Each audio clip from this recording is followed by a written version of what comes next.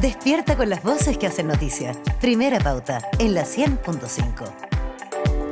7:32, estamos de regreso aquí en Primera Pauta. Vamos a una entrevista que habíamos comprometido y anunciado más temprano. Tiene que ver con lo que ha ocurrido en Puerto Varas, que nos hace hacernos varias preguntas sobre los tornados en Chile, sobre qué hacer, cómo enfrentarlos, si es algo aislado, es algo que ya vamos a convivir con ellos. Se lo vamos a preguntar a un experto en gestión de emergencia, Michel Delerve, a quien tenemos en línea. Le agradecemos enormemente. Michel, ¿cómo está? Muy buenos días. Claudia Álamo, Gerardo Gómez, le saludamos. Claudia, Gerardo, muy buenos días, muchas gracias por el contacto. Muchísimas Encantado. gracias a usted. A ver, Michelle, yo creo que vamos a partir primero, bueno, esto ha sido trágico para los habitantes de Puerto Varas, pero ¿qué es lo que quiere decir esto? Porque la imagen ayer de este tornado sobre una ciudad de nuestro país era como algo muy raro. No estamos acostumbrados a este tipo de fenómeno. Entonces, primero, como que me gustaría partir con una apreciación más bien general. ¿Hay que ir acostumbrándose a esto? ¿Esto es una excepción? ¿Cómo lo está viendo usted? Yo te diría que hay un tema que tiene que ver con cambio climático, clima extremo y adaptación al cambio climático. Eso significa que estos fenómenos que podrían ser bastante aislados en el tiempo empiezan a ser más recurrentes. Y no solamente pensemos en los tornados, pensemos en clima extremo en general, porque la verdad es que aquí lo más relevante es el daño en las personas. Y por lo tanto, más allá del fenómeno, estamos frente a situaciones de clima extremo. No nos olvidemos, agosto del año pasado, en lo que fue principalmente la zona central, pero también la zona centro y sur del país, afectados por fuertes lluvias y fuertes vientos. Por lo tanto, estamos hablando de que la recurrencia de estos fenómenos son no solamente más seguidos, sino que también más intensos. Y por lo tanto, fenómenos como los tornados es algo que deberíamos ver y ahí entonces debemos también, vuelvo a quizás lo que señalaba en un principio, adaptación, y parte de la adaptación entonces implica que los fenómenos deben ir acompañados entonces de una preparación comunitaria, pero también preparación del Estado para poder entonces proteger vidas, proteger bienes, infraestructura, medio ambiente y economía, que son las prioridades que se establecen en el ámbito de la gestión de emergencia. Michel, el 2019, cuando ocurrió otro similar que ocurrió en Los Ángeles, también hubo en Talcahuano el mismo año, y si miro el registro histórico, no son tan aislados los tornados en Chile. Hay registros incluso con 27 fallecidos en 1934.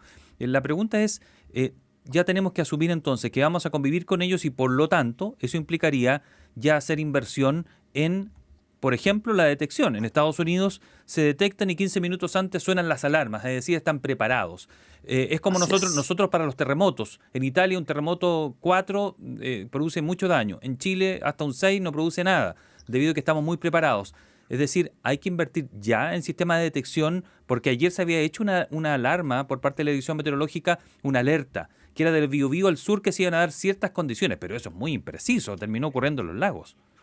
Y eso tiene que ver con que básicamente el pronóstico meteorológico, las capacidades que tenemos nosotros instaladas, nos permiten establecer pronósticos que son genéricos, son buenos en realidad, pero no para fenómenos tan puntuales. Como ayer se decía mucho, destruyó todo lo que estaba a su paso. Y efectivamente estos fenómenos como los tornados destruyen de una u otra manera la línea por la cual ellos se van caminando o transportándose, pero básicamente tú puedes tener una vereda totalmente destruida, la vereda al frente no destruida y que no ha sido tocada en realidad. Entonces nosotros requerimos establecer pronósticos y capacidad además de detección de las condiciones, que la verdad no estamos hablando de tecnología de última generación.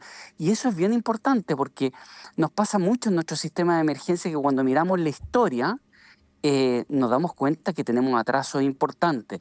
Y por lo tanto, eso significa, entre otras cosas, que siendo nuestra brecha muy importante, la verdad es que las soluciones están ahí hace mucho tiempo. Sí. Lo que ustedes señalaban en términos de la detección, estamos hablando, por ejemplo, que el cruce entre los radares Doppler y Claro. las alertas viene de la década del 90.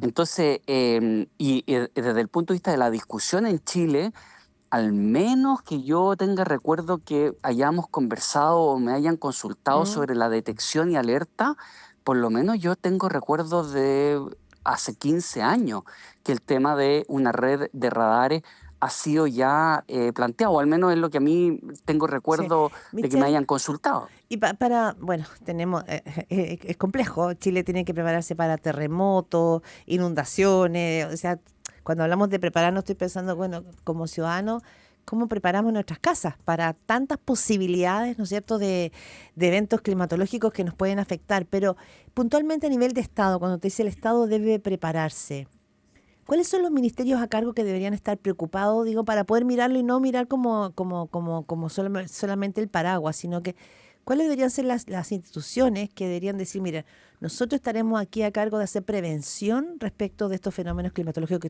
que vamos a empezar a vivir de una manera, como usted dice, más fuerte, más intensa?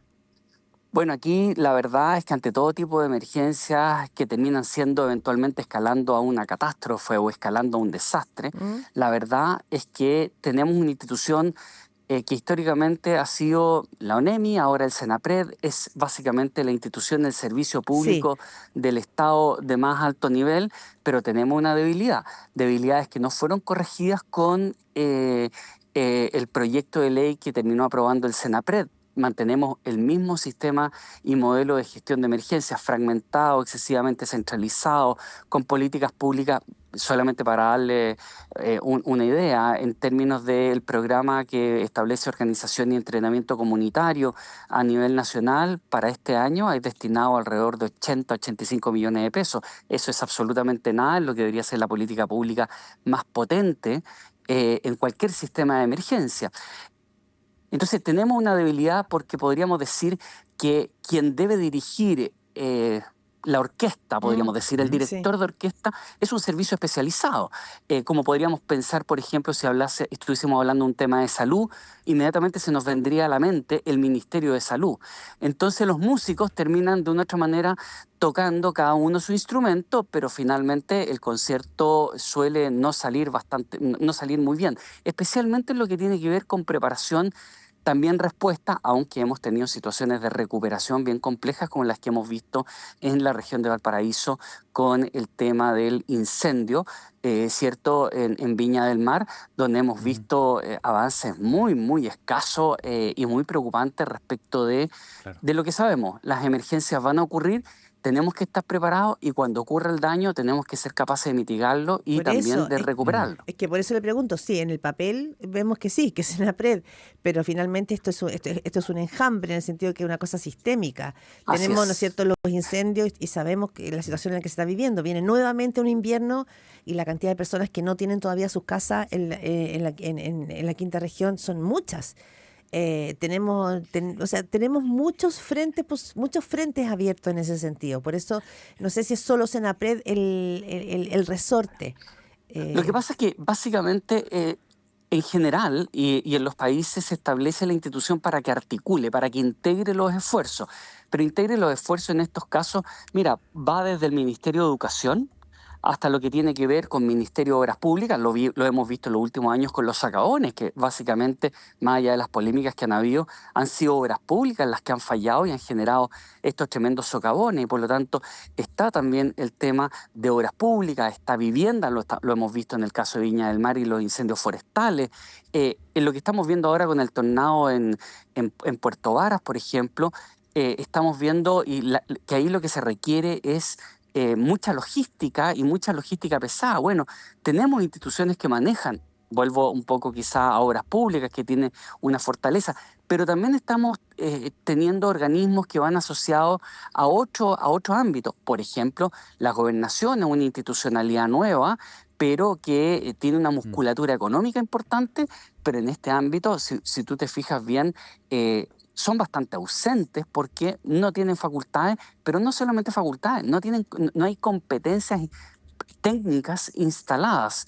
Y por otra parte, un sistema muy centralizado donde el eslabón más importante desde el punto de vista del Estado deberían ser los municipios, pero claro. básicamente mientras más nos acercamos al territorio, más débil es ese eslabón. mm, Y si ahí nos vamos a las zonas aisladas, es peor. Mientras más lejos estás de las Peor. urbes, más débil es. Y por lo claro. tanto, tenemos un problema estructural que no se ha solucionado. La verdad, en lo personal, yo tenía la esperanza de que algo se solucionara con la nueva institucionalidad, porque las debilidades habían quedado muy bien reflejadas, trágica y muy bien reflejada en lo técnico el año 2010, pero ¿No ocurrió lamentablemente así? no existió la voluntad política ni tampoco las competencias en el país como para haber establecido que este director de orquesta fuese capaz de articular los esfuerzos necesarios para abordar todas las fases de una emergencia, el antes, básicamente el durante y el después, para decirlo de manera simple. Usted escucha a Michel Deleuze, experto en gestión de emergencia, conversando con Primera Pauta a raíz de este tornado que afectó a Puerto Varas. Ya lo hablábamos al comienzo. Al parecer ya no es una exageración comprar los equipamientos para poder detectar oportunamente un tornado en Chile. No son aislados, lamentablemente, son escasos, pero no significa que no ocurran nunca. Hay registro histórico, lo decíamos. ¿Qué es lo que viene después de eso? Porque en los países, o Estados Unidos, que nosotros lo tenemos como ejemplo, donde ocurren de manera habitual, las personas tienen un refugio subterráneo en sus viviendas o en tantos lugares públicos, los hay. ¿De qué manera tenemos que nosotros asumir que vamos a tener que empezar a aprender a enfrentar un tornado en la zona centro-sur, entiendo principalmente? Porque Bueno, ayer la sí. gente no sabía qué hacer. hacer? Algunos grababan, unos corrían, es decir, éramos los mismos cuando nosotros vemos países de Europa enfrentando un sismo, que nosotros lo sabemos de memoria qué hacer, ellos no. Entonces, Sí, ¿cómo lo hacemos ahora? mira, de hecho la frase que más se repetía en los testimonios de ayer era, por parte de la comunidad, es que no sabemos qué hacer. Bueno, en estos casos es cuando uno comprende que lo primero es la organización y el entrenamiento comunitario, como les señalaba a ustedes, ¿Mm? la política más débil, la política pública más débil, no solamente ahora, ¿eh? Ese es un tema que ha sido histórico, por lo tanto ahí volvemos de nuevo al tema sistémico, a la falta de competencias instaladas en el Estado. Pero, por otra parte, importante señalar, los sistemas de radares permiten detectar y son muy útiles para muchísimas cosas. No nos olvidemos, año 2015, los aluviones Ujú. en la región de Atacama, por ejemplo, con personas desaparecidas. O sea, para lo que es fenómeno meteorológico, sobre todo para la especificidad, si eso además uno lo cruza y lo integra con un buen sistema de alerta, eso salva vidas. Y por lo tanto, creo que eso es clave. Por otra parte, lo más rápido de hacer es preparar a la comunidad en términos de algo muy simple. Por ejemplo, no solamente los tornados, les voy a dar algo más común, lo que tiene que ver con las tormentas eléctricas. Tampoco sabemos qué hacer frente a tormentas eléctricas donde hoy día el rayo ya golpea, cae a tierra en zonas pobladas, por ejemplo, significa que en ese caso tenemos que aprender que la primera acción es guarecerse, es decir, ingresar a una estructura. De hecho, ustedes han mencionado el caso de Estados Unidos, Sí. lo primero que llega es una alerta al celular que dice que las condiciones están para un tornado y por lo tanto tome resguardo, ingrese a una estructura. Y eso, como muy bien también señalaban, eso ocurre aproximadamente entre 10 y 15 minutos previo a que efectivamente toque tierra un tornado. Pero para eso tenemos que tener preparación comunitaria y tenemos que tener los sistemas instalados, que no son Sí. sistemas nuevos, insisto. Por lo tanto, significa que aquí no hay que reinventar la rueda.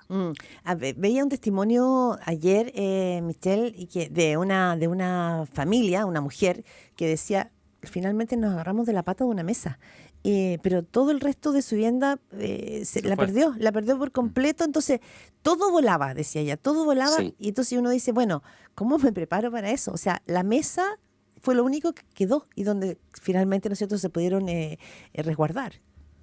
Sí, efectivamente, y por lo tanto lo que en estos casos hay que hacer es ingresar a una estructura, sobre todo en aquellas que son más de carácter más liviana, lo que señala esa persona es lo que hay que hacer, afirmarse, cubrirse debajo de algún mueble pesado, ¿cierto? Algún mueble robusto, alejarse de las ventanas, porque lo vimos ayer también, uno de los elementos más relevantes es que si uno está fuera, el riesgo de tener lesiones asociadas a estos verdaderos proyectiles que implican todos los escombros volando a gran velocidad, implica entre otras cosas entonces que no hay que estar en lugares abiertos y tampoco hay Bien. que estar cerca de las ventanas. Michelle, para despedir, porque sabemos que tiene otro compromiso, la conclusión aquí es que tenemos que entender que vamos a tener que aprender a convivir, por así decirlo, con los tornados de aquí en más. No es que fue un hecho aislado, no es que se escapó un oso y tenemos que crear una brigada para capturar osos. Aquí es algo que vamos a convivir.